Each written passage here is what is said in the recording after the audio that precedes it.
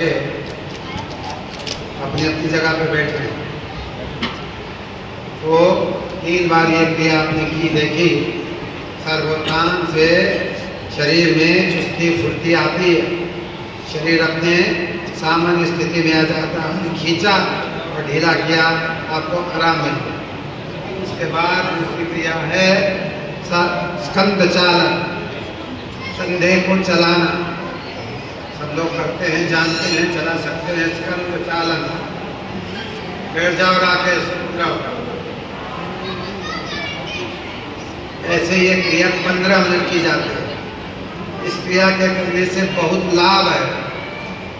जिनके जकड़ाहट हो जाती है, गर्दन मुड़ती नहीं है, फ्रोजन शोल्डर हो जाता है, बाजू में दर्द होता है, स्पॉन्डिलाइटिस हो जाता है, कई प्रकार की वातजन्य बीमारियां हो जाती हैं। इस क्रिया को करेंगे 10 मिनट तो इस प्रकार की कोई परेशानी नहीं होगी। आपके जोड़ खुल जाएंगे। इसलिए 5 मिनट एक तरफ से करेंगे और 5 मिनट पीछे से आगे, आगे से पीछे, दोनों तरफ।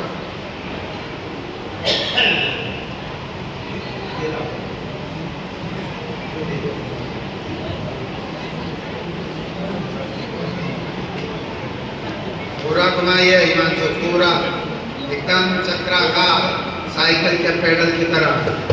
सब लोग कर सकते हैं, कोई शर्माने की जरूरत नहीं है। मंत्र जप करते हुए इसका अभ्यास किया जाए। 15 मिनट की क्रिया है। 4-5 मिनट आगे से पीछे, पीछे से आगे, दोनों बदल बदल।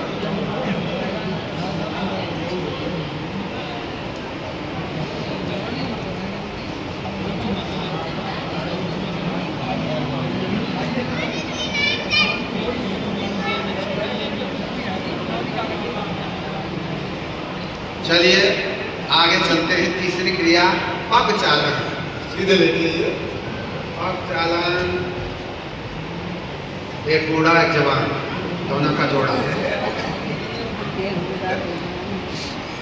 बायां पैर नीचे है, दायां पैर ऊपर है।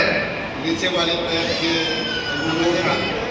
ऊपर वाले पैर की एड़ी जमीन पर लगनी चाहिए। खाली तरफ टच करें आप, जमीन को छुए हुए, घुटने सीधे रहेंगे। ये क्रिया 4-4 मिनट की है। पुस्तक भी है, जीवन तत्व साधन, छोटी पुस्तिका भी है, बड़ी भी है। वो लेना हो तो स्टॉल से ले। 4-4 मिनट की होती है। बदल लें। अकेली जमीन पर लगी हो और सीधी गर्दन देखते रहे।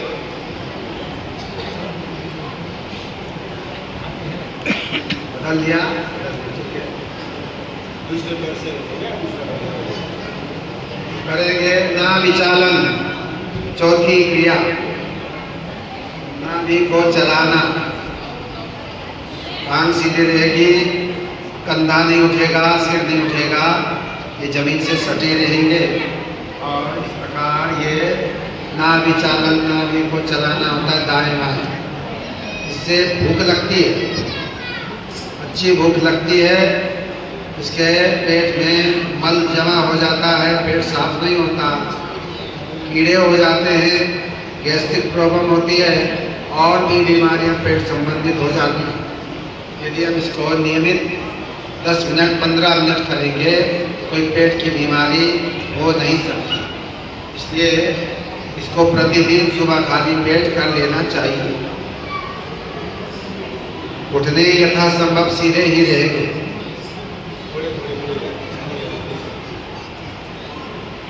चलिए आगे। 5वीं क्रिया जानु प्रसार। एक पैर को उठाइए, दूसरे पैर की जगह के ऊपर रखिए और धीरे धीरे विपरीत दिशा में ले जाएं। धीरे से नीचे को ले आए, सांस रोकें, अंदर नीचे ले जाके धीरे धीरे सांस छोड़ते हुए बाहर को आए, ऊपर को आए। इससे ना भी दाएं बाएं होती है, वो भी निश्चित जगह पर हो जाता है। खड़े मत रहो बीच में भाई, दरवाजे पर नहीं अच्छा लगेगा। नीचे आ जाओ, नीचे आओ, इधर दरवाजे पड़े, सुनाई कम देता है। इधर जाओ नीचे, वहाँ गेटी है क्या?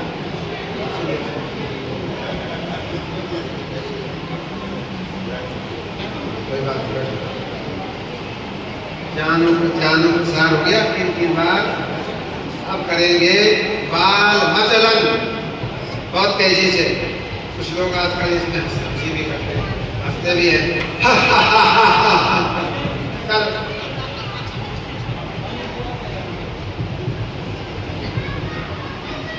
आजकल लोग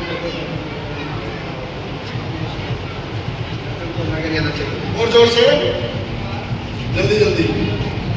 1 मिनट की क्रिया बहुत तेजी से की जाती है। बच्चा जैसे मचलता है, दूध पी करके दूध को हजम करता है, इसको इसलिए बाल मचल कहते हैं। इसके बाद में दिल कुर्सी दे लेते हैं। भगवान ध्यान, बच्चे का ध्यान करेंगे 5 मिनट। भगवान कृष्ण के बाल रुकता है। जो भी अच्छा लगता हो, जो भी इष्ट अच्छे लगते हैं, उनका ध्यान करें।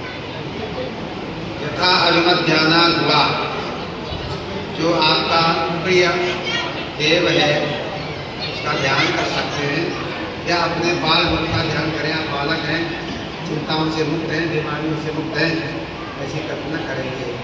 गहरी गहरी सांस लेंगे, मूलाधार तक उठ जाओ। बाईं तरफ करवट लेते हुए उठ जाएंगे।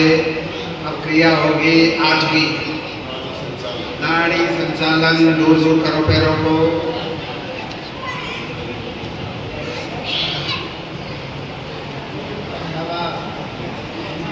घोटा तेज है। ये भी 15 मिनट की क्रिया है। अगर 10 मिनट भी कर लेते आपका पसीना आ जाएगा, पसीना छूटेगा। करके देख लो। दाएं हाथ से बाएं पैर का अंगूठा, बाएं हाथ अंगूठा छूना है छूना है, गर्दन को सीधा रखना, बिल्कुल और साफ। घुटने भी नहीं उठाने। 3-4 शर्तें हैं इसमें। टांगे सीधी रहे, घुटना ना उठे, और पैरों को टच भी करना है दाएं बाएं।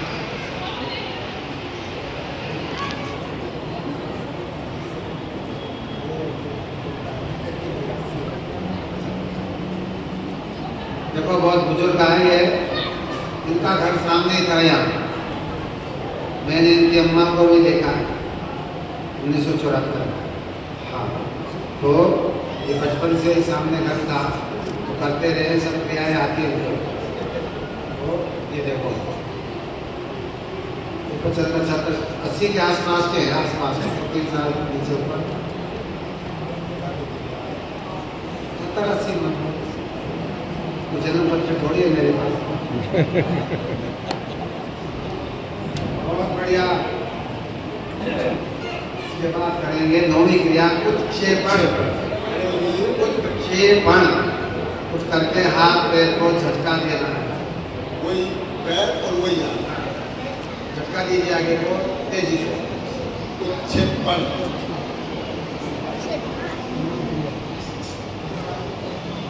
ये थोड़ा शवासन में लेट जाइए 2 मिनट के लिए। तो डंडा देना है, डंडा तुम्हारा है।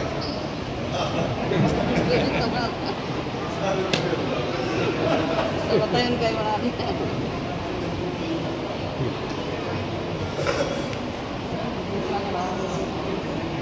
तो बैठ जाइए।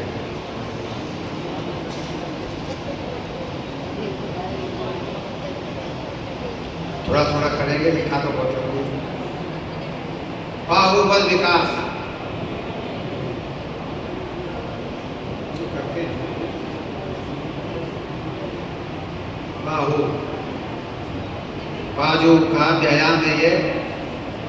सीधा बाजू चलाते हुए, जैसे मुक्तर चलाते हैं, सीधा सीधा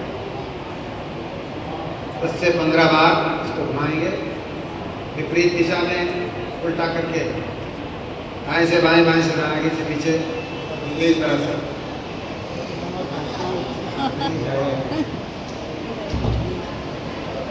सब लोग घूमते फिरते ज़्यादा हैं, सत्संग अटेंड नहीं करते हैं, लेकिन मंडी वाले भी घूम देख रहा हूँ सब।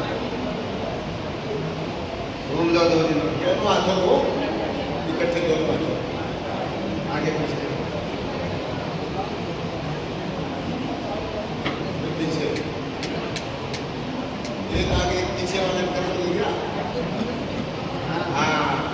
ऐसे एक आगे एक पीछे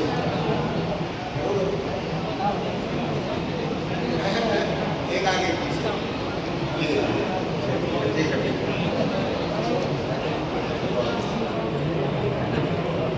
बड़ा सा लिखा है वैसे तो हम लोग हेलो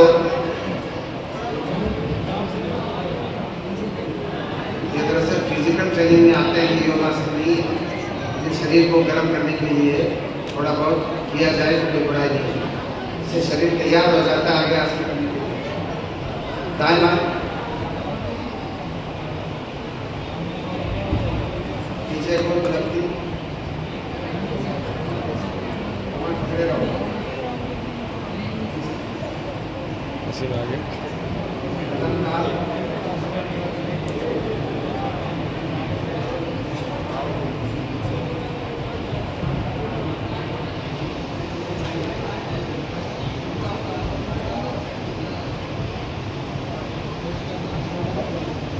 तो आगे करेंगे अब करेंगे योगासन हमारे गुरुदेव सबसे पहले खड़े वाले आसन कराते थे फिर बैठ करके फिर लेट कर ये आसनों का क्रम है ताड़ासन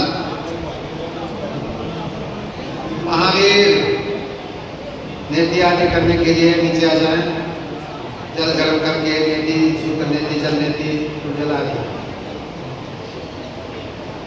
ये ताड़ासन हो गया ताड़ दरवाजे से आओ खाली पंजों के सारे पेटी को उठा करके ऊपर आसमान की तरफ पूरे हाथ ताड़ासन ये बच्चों को कराना चाहिए बच्चों की लंबाई बढ़ने का बहुत बढ़िया आसन है कम से कम दिन में सुबह से आपको कराना ही चाहिए 5 दिन से बाद त्रिकोण आसन त्रिकोण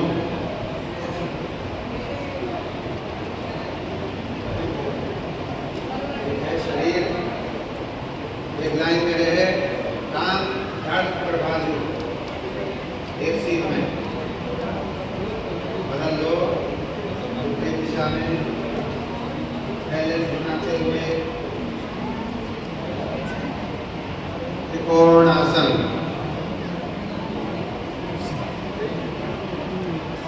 चलिए हस्तपाद हस्तपादानुष्ठासन अरे अंगूठा पकड़ो कान सीधे नीचे वाला पैर सीधा सामने देखो कान सीधे रहने दोनों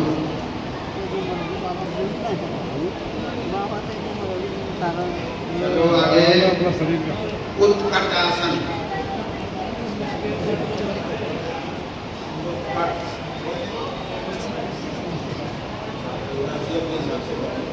ये आसन बुढ़ापे में छूट भी है भाई 60 के बाद छूट बहुत चीजों में क्या ये हो गया आपका उत्कट पाद हस्तासन सांस बाहर करके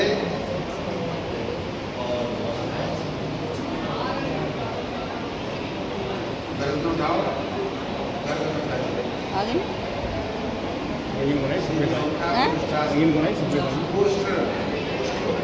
आगे तरफ पूरा जोड़ने लगेगा कान सीधे रहेंगे टांगों पे जोर रहेगा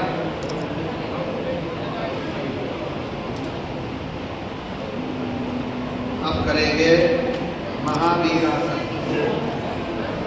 महावीर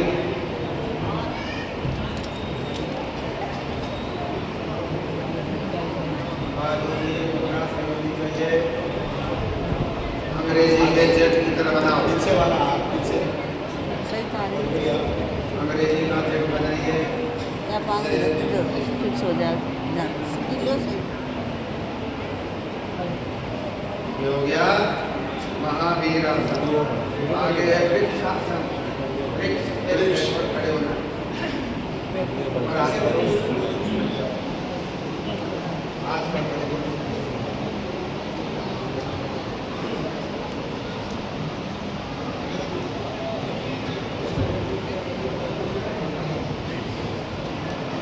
क्लिक करते हो वीडियो बन रही है। वातायनासन इसी में नीचे रखने के ऊपर रहेगा। सामने देखो आज हो गया।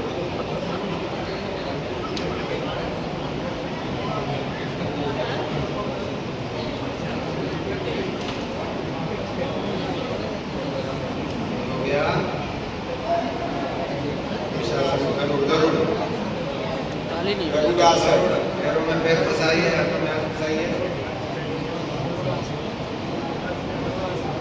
गरुड़ासन शरीर को संतुलित रखने के लिए गरुड़ासन। अर्धचक्र बहुत सारे इसमें लिखे नहीं है। चक्रासन अर्धचक्रासन कल छोड़ो। बहुत अच्छे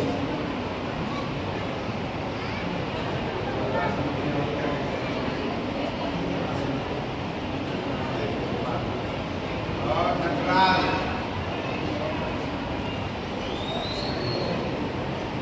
नटराज आसन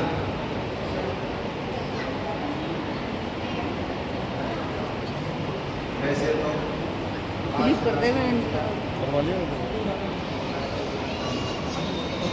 चलिए बैठ जाइए। तुम जाएगी ना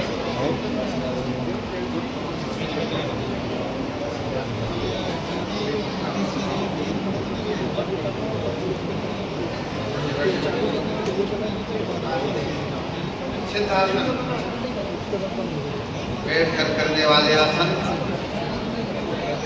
कुछ आसन ध्यान के महावीर लिए, बाबा कहाँ हो, नीचे आए भाई। कुछ ध्यान में बैठने के लिए होते हैं, कुछ अभ्यास के लिए होते हैं। ध्यान में बैठने के लिए पद्मासन, सिद्धासन और सुखासन, स्वस्तिकासन, ये तीन है जिसमें बैठ करके आप ध्यान करते हैं। बाकी का अभ्यास के लिए तो सिद्धासन हो गया। जानुशिरासन, सांस बाहर करो, उठने से लगाओ, मदद कर दूसरी तरफ से। जानुशिरासन, इसी में योग मुद्रा होती है, कुछ होते नहीं है। सांस को बाहर करके रोके रहते हैं, योग मुद्रा कहते हैं। इतना नहीं होना है, दूर रहो, सांस बाहर करके रुकी है।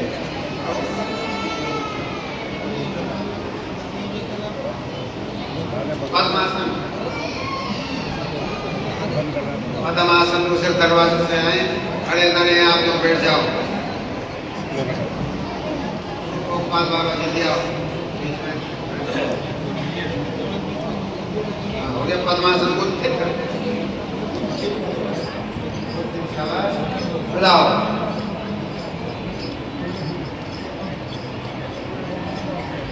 बहुत बढ़िया। पर्वतासन,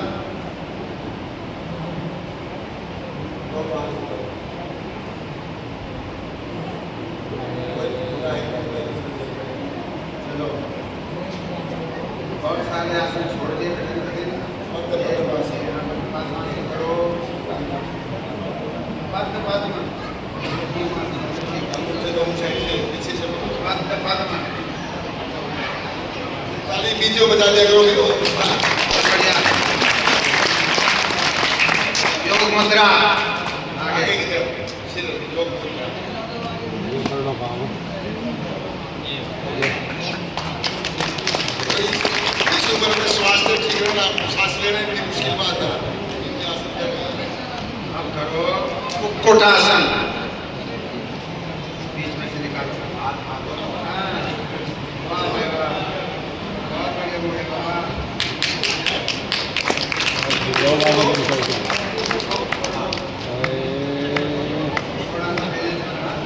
कूर्मासन करना चलो, इसमें कूर्मासन साइड में करिए।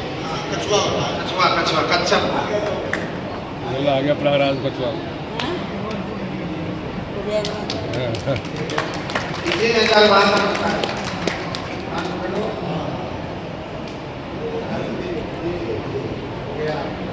लिया। ये निरंतर अभ्यास से बहुत अच्छा रहता है। आगे करेंगे आप वज्रासन। वज्रासन, वज्रासन, मंडूकासन,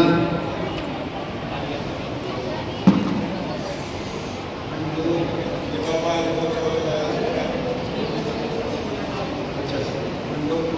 मंडू करो। पीछे मैं निकाल के आगे बाहर फेंकते हुए आगे पर दोनों मुट्ठी रखो, हाथ बाहर करो। पेट के लिए, शुगर के लिए बहुत बड़ी आसन है। मोटापे के लिए, मोटापा दूर करने के लिए, जठराग्नि की दीप्ति के लिए, पेट की बीमारियों के लिए, डायबिटीज के लिए बहुत लाभकारी है।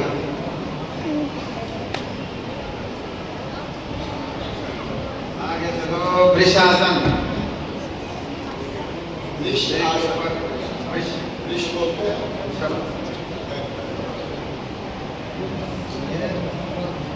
सीधा घुटने के ऊपर हाथ रखो दोनों, सीधा बैठिए। अब करेंगे गौमुख।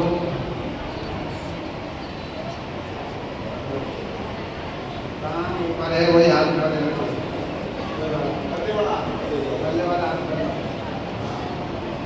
कोई नहीं पीछे, कोई नहीं कॉन्फिडेंट हो गया।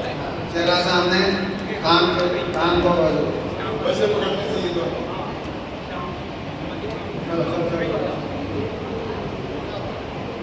चलिए आगे बढ़ो।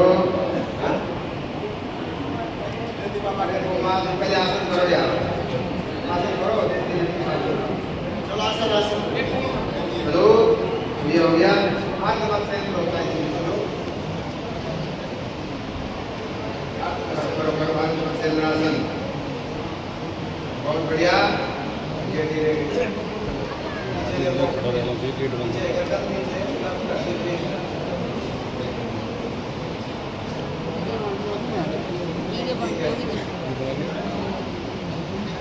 ये भी इसके तरफ से, दूसरी तरफ से डायबिटीज के लिए भी बढ़िया होता है। चलो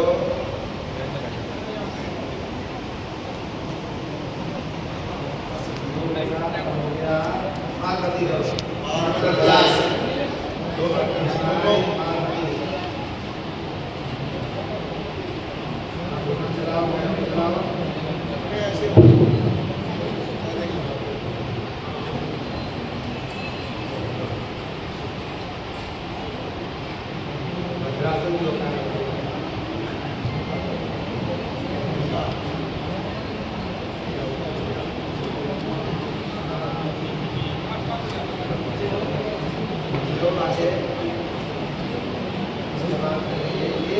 आसन। एक पैर को घर से नीचे लगाओ।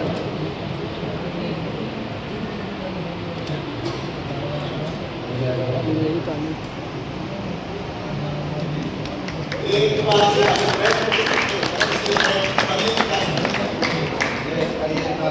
आसन दोनों तरफ से किया जाता है, इसी में गर्भासन होता है। दोनों पैर को नीचे लाओ।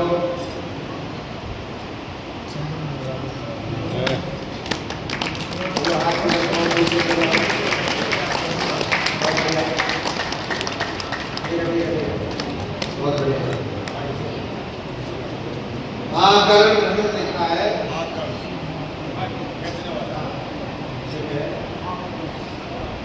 आकरण धनुर। हाथ को चलाना है, दोनों तरफ से करेंगे।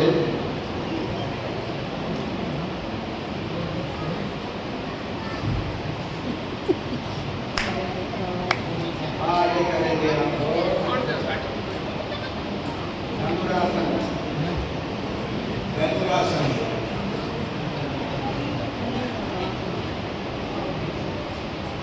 हेलो, पेट क्या होना चाहिए?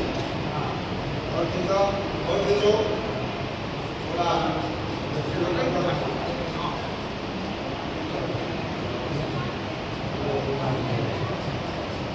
इसके बाद आसन किया जाता है। इसके चक्रासन करो।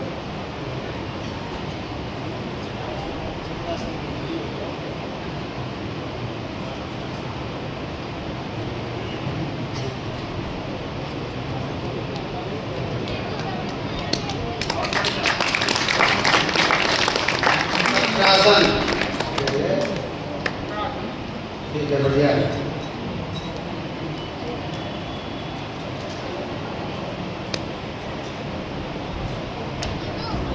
सर्वांगासन सर्वांगासन, ये राष्ट्र राजा है।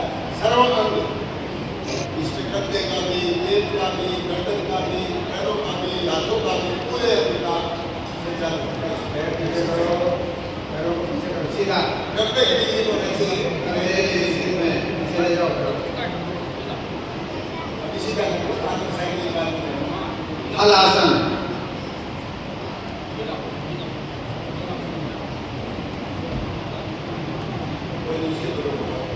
कर्णपीठ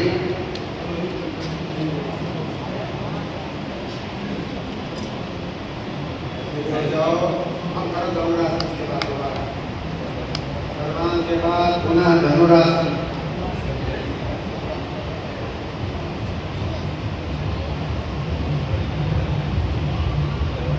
देखे रहो शलभासन,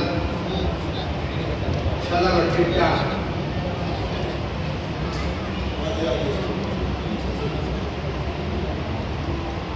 तेज निकल को उठा सकते हैं तो नीचे रहेगा शलभ टिट्टा, पैर ऊपर उठा के ज्यादा रहेगा।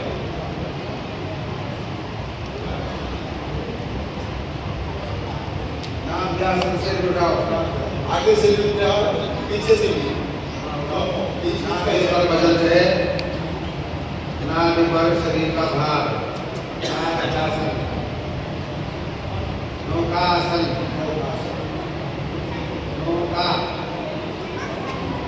आगे पीछे पूरा और पेट की बीमारियों को नष्ट करने के लिए चक्षाग्नि की दीप्ति के लिए बहुत उपयुक्त आसन है। आगे करेंगे भुजंगासन, मयूर और बन गया। मयूरासन करती है। मोर, घोड़ा मोर 25 साल का मयूरासन नहीं होगा। चलो लगाओ से लगाओ।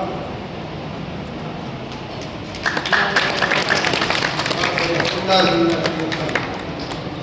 आगे करेंगे भुजंगासन। छोड़ दिया आप लोगों ने पहले, आगे देखिए सर्पासन।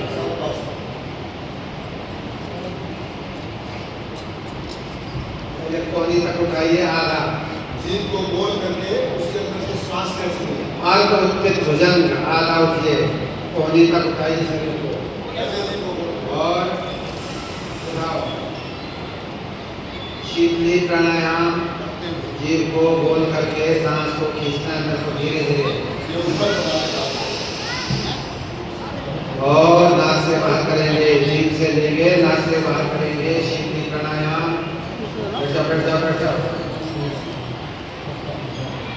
गर्मियों में विशेष करके लाभकारी है। हाई ब्लड प्रेशर के लिए, ज़्यादा प्यास लगे, भूख लगे तो उसके लिए आयु को बढ़ाने के लिए तो शीतली प्राणायाम करिए।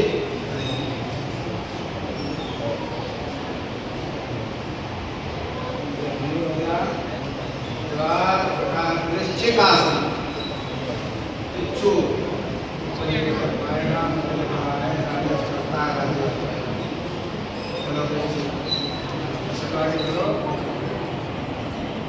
अब शीर्षासन करो। शीर्ष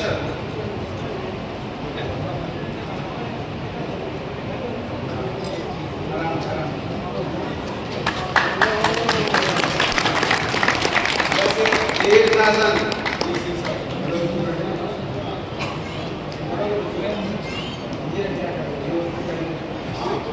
दोनों फेर ठीक है, सीधे हो जाओ, शवासन में आ जाओ थोड़ी देर के लिए। 1 मिनट के लिए सीधा शवासन में लेट जाइए, रक्त संचार यथास्थिति में आ जाए।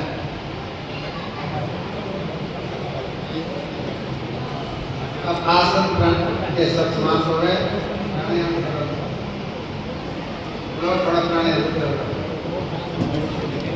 हाँ, नाड़ी शोधन प्राणायाम। बैठ जाए सब लोग। एक नासिका बंद करेंगे, दूसरे से सांस खींचेंगे। गिनती में, गिनती से कराते हैं 6 मात्रा में, 6 की गिनती तक धीरे धीरे सांस को चढ़ाइए।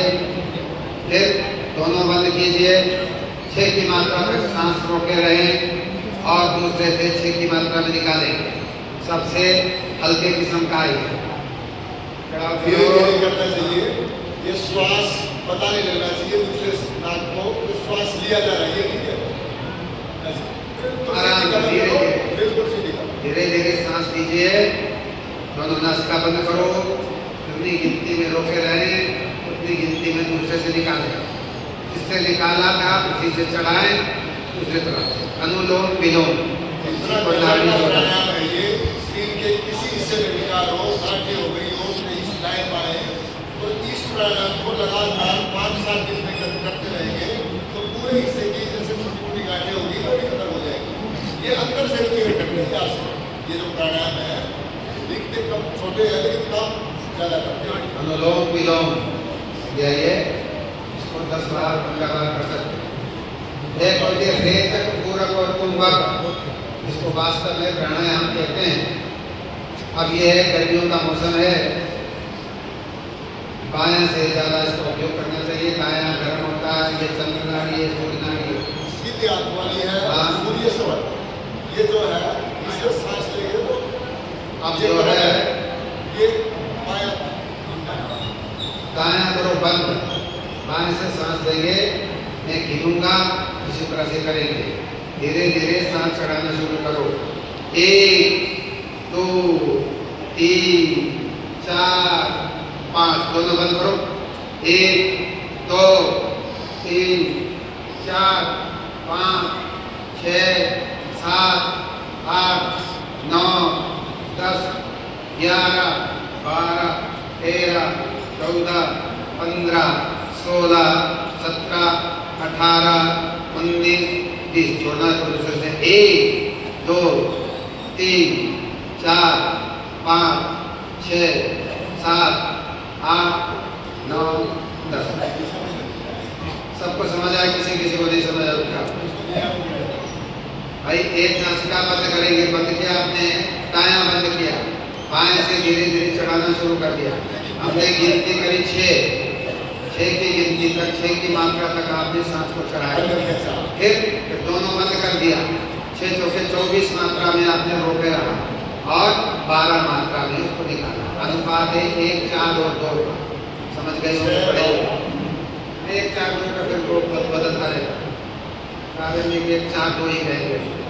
तो ये होता है ना, क्या हुआ ये रेचक, पूरक और कुंभक। इसका अभ्यास धीरे धीरे किया जाता है। ये तो आपने जितना कराया तो सबसे अच्छा क्लास का है। उससे आपने 5 की 6 की मात्रा तक किया, ये सबसे हल्के किस्म। धीरे धीरे फिर आप 20 की मात्रा तक सांस को चढ़ाएंगे, तो कहते हैं पूरक। और 20 मैंने 20 के 80 तक आप रोकेंगे, कुंभक करेंगे और है ना 40 तक छोड़ेंगे। तो ये काफ़ी कठिन आसन प्राणायाम है। तो आजकल का खान है, आप लोग जो चटर पटर खाते हो तो इससे ये प्राणायाम रोक नहीं पाएंगे इतनी देर तक। और प्राणायाम जबरदस्ती करना भी नहीं चाहिए, बहुत सारी बीमारियां हो जाती हैं। इसलिए प्राणायाम को बड़ा ही नाजुक क्रिया है, किसी योगी गुरु के संरक्षण में ही करना चाहिए। तो अनुलोम विलोम है, ये सरल है, इनमें कोई नुकसान की ज़्यादा गुंजाइश नहीं होती। लेकिन ये रेचक, पूरक और कुंभक थोड़ा करने में कोई नुकसान नहीं है, लेकिन मात्रा कुंभक ज़्यादा करेंगे तो नुकसान की भी संभावना होती है। खान पान ठीक रहना चाहिए, सही में जीवन होना चाहिए, तब ये प्राणायाम सिद्ध होता है। तो इसके बाद आप करेंगे कपालभाति। आजकल के सिस्टम में है तो कपालभाति, कपालभाति पेट को अंदर सांस बाहर। कपालभाति 3 प्रकार की होती है। बोलते हैं कपालभाति। ये कपालभाति एक है शीतकर्म, एक व्युत्कर्म, एक वातकर्म। ये है वातकर्म वायु के द्वारा। शीतकर्म होती है मुंह के द्वारा, मुंह से लिया नाक से निकाल दिया, नाक से लिया मुंह से निकाल दिया। वो व्युत्कर्म उल्टे कर्म है। ये भी ठीक कराया जाएगा। हमारे यहाँ पानी का ही होता था पहले, ये आजकल जो चल रहा है सूखा बात है, केवल अकेला तो पानी का प्रयोग नहीं, केवल पेट बंद करते हो आप करते हो। आगे होता है जल के द्वारा, पानी भरो मुंह में और नाक से निकालो, नाक से भरो और मुंह से भरो। वो कपालभाति वो भी है। 3 प्रकार की कपालभाति हो गई। कपालभाति इसके बाद हमारा प्राणायाम जाइए। चलो अब ये एक अग्निसार हो कर लो। अग्निसार जो नेवली करते हैं, नेवली करने से पहले अग्निसार किया जाता है। सांस को बाहर छोड़ दो, सांस नहीं लेना है, उतनी देर तक पेट को अंदर बाहर करना है। आप पेट को चलाना है अंदर बाहर, तो कहते हैं अग्निसार। पेट की बीमारियां दूर होती हैं, पेट बहुत आपका नरम हो जाता है, फिर आप नेवली करने के अधिकारी हो जाते हैं। नेवली आपकी घूमने लगती है, पेट आपका पतला हो जाता है। मोटे पेट वाला नेवली नहीं कर सकता, इसलिए ये उसकी तैयारी होती है अग्निसार। इससे भूख भी लगती है, पेट की बीमारियां दूर होती हैं। ये नहीं आजकल जो कपालभाति लोगों ने सीख दिया उसी को अग्निसार कहते हैं। अग्निसार ये नहीं, अग्निसार का मतलब है देखो अग्निसार कीजिए रघुराज जी। हाँ, सांस अंदर और अंदर बाहर करो, सांस नहीं लेना है, अंदर बाहर। हाँ, से लेना ढीला होता है और ढीला होता है। इतनी देर में आप सांस नहीं लेंगे, इस अवधि में सांस नहीं लेना है। अब जब आपने कुछ दिन इसको कर लिया, इसके बाद आप करेंगे नेवली क्रिया। बाबा रामदेव ने कर दी। देखो नेवली करेंगे बूढ़े बाबा। देखो वाह, कपड़ा थोड़ा ठीक कर लो, दिखाई दे बिल्कुल ज्यादा नहीं, बिल्कुल नका बाबा बनना। चलो ठीक है, खड़े होके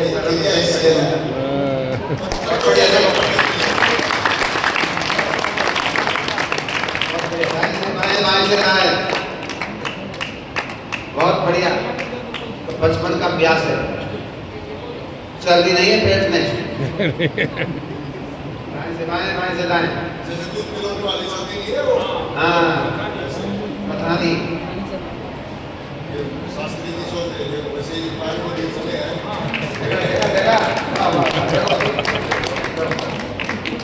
कितने से आत्मान दे। चलो बहुत बढ़िया। खड़े होकर के सरल होता है, बैठ करके कठिन होता है। तो प्रारंभ में खड़े होकर के किया जाता है। बना देखो चलो खड़े हो, बहुत बढ़िया। खड़े होकर के करना सरल होता है, बैठे बैठे कठिन होता है। तो बहुत अभ्यास है, वो बैठे बैठे कर सकते हैं, लेकिन शुरू में बैठ करके करना चाहेंगे तो नहीं होगा। 80 साल में आगे करिए सब बड़ी बात। और रामदेव करे कहीं जाओ या यही तरह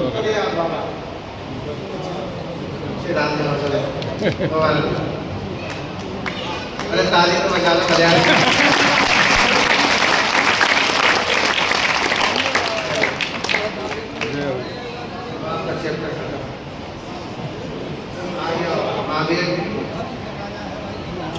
अब नीति क्रिया होगी, चलने की, शुरू करने की और दोनों तरफ से चलने की। कपालभाति 3-4 क्रियाएं और आपको आठ मास को ने आठ मास को और रामदेव तरह तो बाबू जी सही करें। ये मैं लिखते हैं। षट कर्मों की पहली क्रिया है सूत्र। किसी को भी माइग्रेन भगवान की मर्जी आ डिप्रेशन माइग्रेन मिले तो बहुत ही बढ़िया 2 दिन करा दो। किसी को कितना भी पुराना माइग्रेन हो 2-3 दिन में हो जाएगा। ठीक है दिन में चलता है तो बहुत बढ़िया रहेगा। नीति दौड़ती तथा बस्ती की प्रार्थना तथा कपालभाति चेतानी खट कर्माणि समाचरे। ये घट कर्म होते ही योग में शरीर को घट को शुद्ध करने के लिए नेति धोती धोती भी कराते हैं लोग, कपड़ा खाते हैं, बोलिए न्योली बस्ती प्रार्थना और कपालभाति। आराम से उन्हीं के बाद ये वहाँ करके सूत्र नेति सूत्र देती हो प्राणायाम ऐसी बढ़िया है कि इससे ब्रेन ट्यूमर तक ठीक ब्रेन ट्यूमर ठीक किए इससे हमारे जिला है सुधीर मिश्रा भोपाल में जो कहता है कि कैंसर ठीक करने के लिए जवानी में 2 दिनों में कम से कम 3-4 तो भी कर रहे हैं। धीरे धीरे करो आप, जल्दबाजी में नहीं। श्वास को बाहर फेंकते रहो अंदर स्वर मिल जाएंगे धीरे धीरे चलते जाओ। आराम से धीरे से हम सबको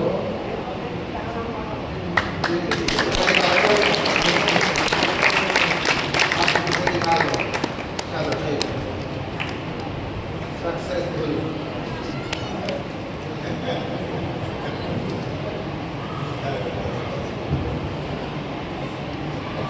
अब लोग युगल सिद्धि करते हैं, दोनों नासिका सिद्धि करते हैं। करनी चाहिए दोनों से नहीं तो एक सेकंड में एक ही स्वर मिलेगा चाहे गर्म बने या ठंडा दोनों में नुकसान देगा तो दोनों बराबर स्वर चलते रहेंगे। ये स्वर चिकित्सा में जरूरी है। कहते हैं किसी को बीपी है ना मेरे दिल को हटा देगी तो दोनों स्वर मिलेंगे स्वास्थ्य ठीक है। अच्छा जुकाम रहे कैसा तो ये धोखे देती अब ये जल नेति करेंगे। जल नेति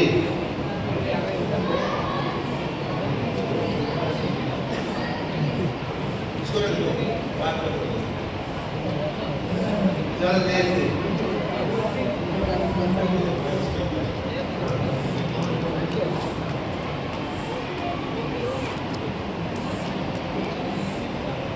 दूसरे नासिका से पानी निकालेंगे। कराची का दिखाइए कैसे बोलते हैं। पहले तो ऐसे साफ होगी सुगंध से और उसके बाद में पानी से होगा। बहुत बढ़िया, दोनों तरफ से करनी चाहिए।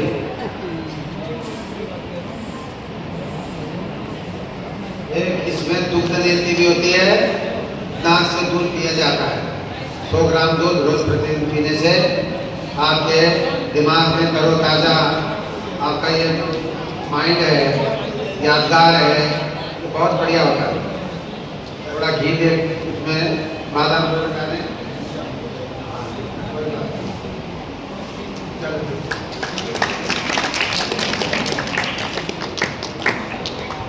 अब मुंह से लेकर नाक से निकालिए। कपालभाति शीत गर्म में बात करिए। युद्ध क्रम और शीत क्रम दोनों। ये मुंह मुंह में बड़ा है, नाक से निकाल दें।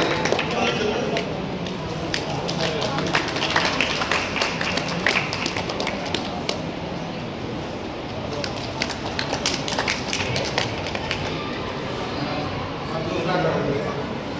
आपने 10 लग गई नाक से 10 लो। लग गया पकड़ दे चलो ओ सगी थोड़ी कर सगी। नाक से बोलो। करके इशारों बुलाए गई रे करके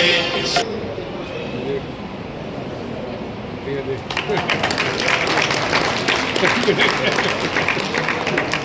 धीरे दिल दिखाई करती बहुत बढ़िया, वाह। आपका निकाल नहीं होती।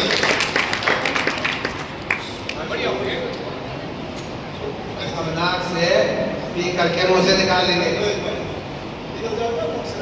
हाँ। इसको रख दो। नाक से पानी लीजिए और मुंह से बाहर करिए। यदि कपालभाति की एक का प्रकार है, 3 प्रकार के कपालभाति है। आप एक ही प्रकार के जानते हो जो आप टीवी में देखते हो, तो आपने बाबा देखी बाबा इधर घूमिए थोड़ा इस साइड में दिख रहा है क्या सब यहाँ नाक से बजे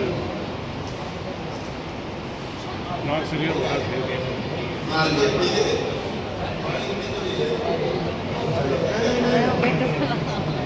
आप थोड़ा सा कुंजल करके पानी पीते हैं नमकीन, और उनसे जैसे हाथी अपने सूंड से पानी बाहर करता है, कुंजल या पानी और ले लो। अच्छा, मुंह से निकालो।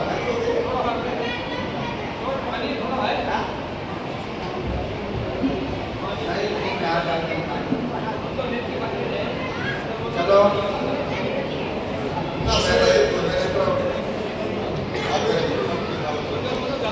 कोई बात नहीं, ऐसे बता देंगे नहीं तेरी बाड़ी ले भाई।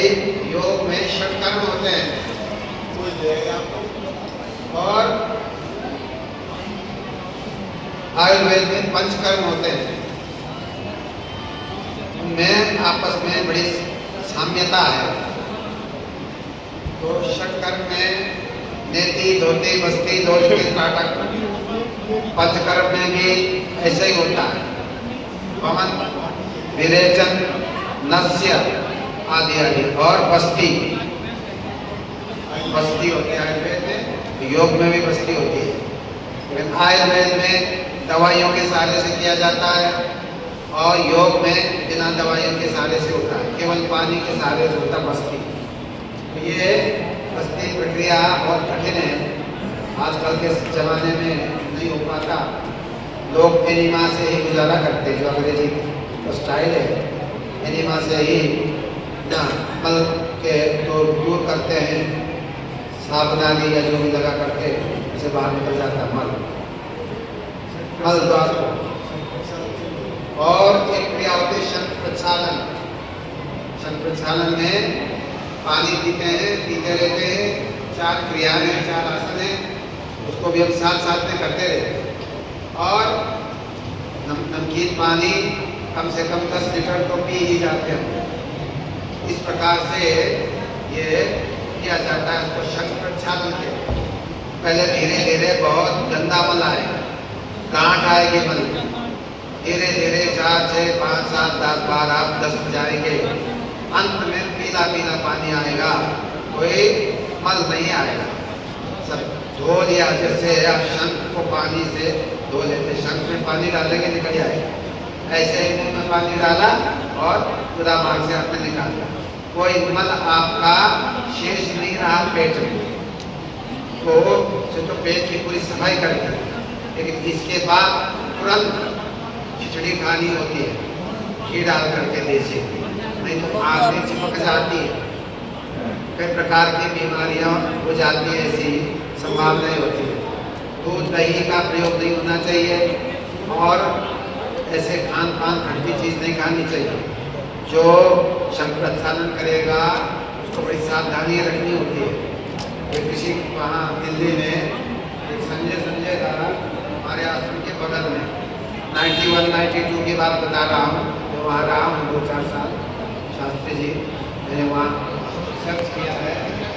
तो वहाँ पर एक संजय था गुरु भाई, वेदराम जी ने शंख प्रक्षालन कब करा दिया, ये नहीं बताया क्या खाना है, उसने घुघड़े खा लिए, जा करके सूखे चने खा लिए और जीवन भर बीमार रहा, उसका पेट खराब हो गया हमेशा। तो क्रिया तो आप करो, तो ये भी बताओ क्या खान पान रखना है आप। कुछ दिन आपने कुछ भी नहीं खाना, खिचड़ी को छोड़ करके, और पतली पतली खिचड़ी और गाय का घी खा करके सो जाइए। शंख प्रक्षालन करने से पूरे शरीर की सफाई हो जाती है और पानी ऊपर को भी आ जाता है, माथे में भी पानी आ जाता है, आंखें भी भारी हो जाती है। किसी किसी का शंख प्रक्षालन होता ही नहीं, बहुत परेशानी होती है। जो करते रहते हैं उनके लिए सरल है। इसलिए शंख प्रक्षालन 3 महीने में, 4 महीने में, 6 महीने में करना चाहिए। आजकल हमने देखा हमारे जो संबंधित और आश्रम है देवी दयाल जी का, राम प्यारे जी का, कपूर साहब का, उनके शिष्य हैं तो बड़े कर्मठ। हमारे गुरु जी के चेले सब थर्ड क्लास के इस मायने में, कोई क्रिया नहीं करता, नेति वेति भी नहीं करते, कुंजल उंजल भी नहीं करते, वमन भी नहीं करते। उनका हर एक साधक करता है, हर साधक इन क्रियाओं को जानता है। आप लोग नहीं जानते हो, गुरु जी के चेले, आपने घमंड जा रहा है कि योगी राज जी के चेले, लेकिन आपको क्रियाएं नहीं आती। वो लोग सब क्रियाएं करते हैं, एक एक बच्चा इन क्रियाओं को करता सीखता है, वमन आदि करते हैं, लेकिन वमन रोज नहीं करना है। ये एक बीमारी है, कई लोग रोज वमन करते हैं। रोज पानी को निकालोगे पी करके आपकी अग्नि मंद हो जाएगी। हमने आयुर्वेद पढ़ा है, योग भी पढ़ा है, आयुर्वेद पढ़े, इसलिए हमें पता है। तो आजकल के यथा तथा कथित जो योगा टीचर है वो आयुर्वेद का ज्ञान नहीं, इसलिए वो आपके स्वास्थ्य को खराब भी कर सकते हैं। ऐसा गुरु आपका होना चाहिए जो आयुर्वेदज्ञ भी हो, योगज्ञ भी हो, दोनों प्रकार से। हाँ हाँ, इसलिए क्रियाएं तो हम करते हैं, लेकिन उसके बाद सावधानियाँ वो भी जाननी चाहिए। शंख प्रक्षालन के बाद में आपको ऐसे करना है। वमन आपने रोज नहीं करना है, देवी दयाल जी के शिष्य वो रोज करते हैं। और कुछ लोग ऐसे होते रोज धोती करते हैं, कपड़ा खाते रोज, ये भी गलत है। धोती करनी चाहिए 3 महीने में एक बार, कपड़ा खाते, शुद्ध नेति कर सकते हैं, लेकिन वो भी प्रारंभ वाले बंदों पर साथ में नहीं कराते। जो करता है पहले से उसके लिए कोई मनाही नहीं है, लेकिन नए को हम नहीं सिखाते हैं वर्षा काल में। इसलिए ये क्रियाएं कुछ ऐसी है जिनमें बड़ी सावधानी की जरूरत है। इसलिए टीवी में देख करके तथा कथित गुरुओं के उससे आप न करें, नुकसान हो सकता है। जैसे मैंने कहा शंकराचार्य तो कर दिया, फिर राम जी ने ये नहीं बताया क्या खाओगे, ने जा करके घोड़े खा लिए, जीवन भर परेशान रहा। अब तो मुझे पता नहीं है था वही शंकराचार्य। इस प्रकार से खान पान के ध्यान रखना चाहिए। कुंजल आप करो हफ्ते में 1 बार 2 बार। इनको पित्त ज़्यादा है, कफ ज़्यादा है, कुंजल करने से उसमें लाभ होता है। मैंने पानी पी करके नमकीन पानी उसको बाहर निकाला, उसको नीचे चला जाएगा पेशाब बाहर निकाला। जिनके आमाशय में पित्त ज़्यादा है तो बड़ा लाभ होता है, कफ में भी बड़ा लाभ होता है। इस प्रकार से क्रियाओं को करें, लेकिन आगे पीछे की सावधानी को भी जानना आवश्यक है। कुंजल हफ्ते में 2 बार करें, धोती 3 महीने में 4 महीने में 1 बार करें। धोती क्रिया कठिन है, आजकल मैं समझता हूँ कोई कराता नहीं है। हम लोग भी कराते हैं, मैंने कराया, गुजरात से लड़का आया था तो मैंने धोती कराई थी। कभी कभी करा देते किसी किसी को। धोती कपड़ा होता है 4 अंगुल, कम से कम 10 मीटर का तो होना चाहिए, 32 हाथ का बनाया। तो आजकल तो 5 मीटर का ही लोग करते हैं। तो बहुत लाभकारी है धोती भी, इससे कफ निकलता है, जिनको दमा है उनको लाभ होता है। यहाँ तक कि लिखा है कोढ़ का रोग भी दूर हो जाता है इसको करने से, क्योंकि कफज रोग है। कोढ़ क्या है? कफ की विकृति से कोढ़ होता है। कफ रोग यदि नहीं है तो आप स्वस्थ हो जाए। इसलिए जो धोती करता है उसका कोढ़ भी ठीक हो जाता है, ऐसे योग के ग्रंथों में कहा गया। इस प्रकार से क्रियाएं हमें प्रतिदिन करनी चाहिए। जीवन तत्व साधन में कोई वो नहीं, नुकसान की संभावना नहीं है, नेति में कोई संभावना नहीं है, और कपाल भाती जो आप करें इसमें कोई संभावना नहीं है नुकसान। लेकिन हाँ, कुंजल कैसे करोगे, कब करोगे, कितने दिन करोगे, ये समझना जरूरी है। रोज पानी पी करके उल्टी करोगे आपकी अग्नि मंद हो जाएगी, भूख मर जाएगी। एक दिन करोगे तो ठीक रहेगी, रोज रोज करोगे भूख मर जाएगी। लोगों को इसका ज्ञान नहीं होता। ऐसे ही धोती भी रोज नहीं करनी। एक बार सीखने के लिए तो आप कर सकते हैं, 4-5 दिन लगेगा। जब आपका कम से कम 15-20 फुट धोती आप खा लें पेट में, आपका कोर्स पूरा। अब आपने 3-4 महीने तक तो नहीं करना, ये नहीं कि करते रहे, उससे तो सारा आपका लुब्रिकेशन चीज़ें बाहर निकल जाएगी तो नुकसान होगा। इसलिए ये आयुर्वेद का विषय है। शरीर के अंदर क्या क्या तत्व हैं, उनकी आवश्यकता है। अगर उसको निकाल देंगे तो आप नुकसान में हैं। जैसे हमने कहा शंख प्रक्षालन, जो बीमार है, टीबी का मेरा मरीज है, दमे का मरीज है, उसको ज़्यादा इस प्रकार के सारे मन का विस्तार में दोगे, उसके पेट में कुछ बचेगा नहीं, वो तो मर जाएगा बेचारा। इसलिए मल को भी शरीर के लिए जरूरी बताया। आपके अंदर जो मल है ये शरीर को धारण करता है। बिल्कुल साफ कर देंगे तो आप कमजोर हो जाएंगे, चक्कर आने लगे। इसलिए मल को भी शरीर का मूल बताया, ये भी जरूरी है। तो ये सब जानना जरूरी है। योग और आयुर्वेद दोनों को मिल करके जो चलाएगा वो सफल होगा। तो जो एकांगी होगा वो कच्चा गुरु होगा। इसलिए योग आश्रमों में जा करके ही ये क्रिया सीखनी चाहिए और ठीक प्रकार से करनी चाहिए। गलत करने से नुकसान भी होता है।